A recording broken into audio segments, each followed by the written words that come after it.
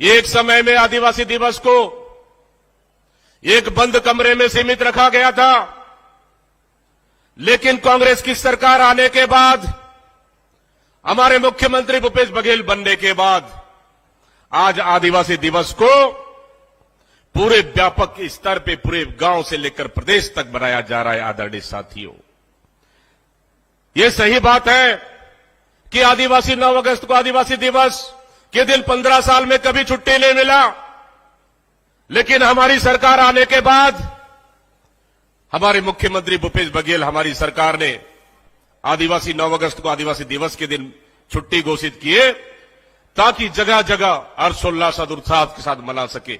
आदरणीय साथियों, इस छत्तीसगढ़ वीर और शहीदों की धरती है।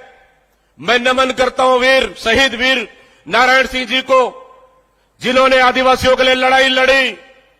मैं नमन करता हूं शहीद गेंदलाल जी को, जिन्होंने आदिवासियों के लिए लड़ाई लड़ी, और हमारे बस्तर क्षेत्र के शहीद गुंडाधुर को, जिन्होंने अंग्रेजों से लोहा लेते हुए भूमकाल आंदोलन चलाया।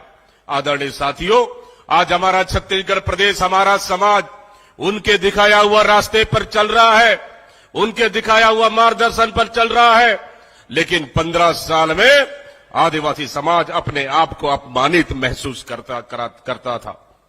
मैं शुरू करता हूं कुछ बस्तर से कुछ बात, क्योंकि बस्तर से सांसद हूं मैं। आज छत्तीसगढ़ का एक आदिवासी बेटा को प्रदेश अध्यक्ष बनाए कुमारी शैलजा जी और मुख्यमंत्री भूपेश बघेल ने और आला कमान ने, धन्यवाद देता हूं मैं।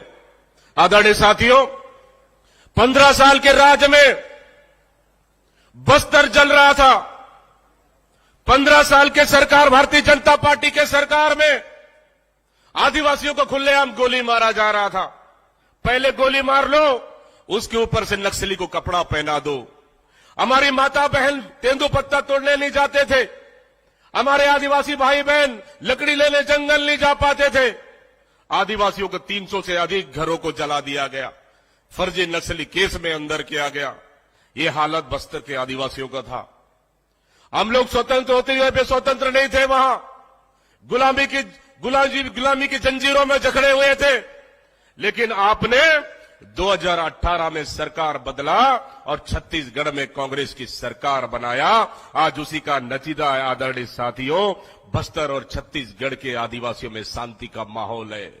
न कभी बस्तर में गोली चली, न कभी आदिवासियों का सीना छलने हुआ, न किसी का फर्जी एनकाउंटर हुआ, न कभी माता बहनों का अत्याचार हुआ।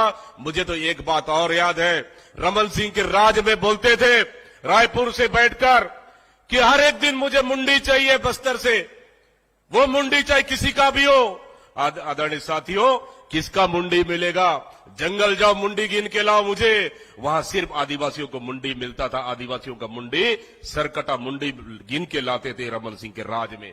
लेकिन गर्व से कहता हूं मैं कि आज बस्तर शांति की ओर लौट चुका है।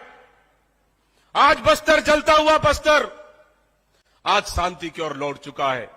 वहां आंगनबाड़ी खुल रहा है, वहां अस्पताल खुल रही है। जहां 3000 स्कूलें बंद थी, जहां साजिश के तहत पिछली सरकार ने 3000 स्कूल बंद किए ताकि बस्तर से लेकर सरगुजा तक कोई आदिवासी स्कूल ना जा सके, सिर्फ रमन सिंह का मोबाइल और टिफिन और तेंदुपत्ता का जूता पहन के अपने आप को बस वहीं तक सीमित रख सके।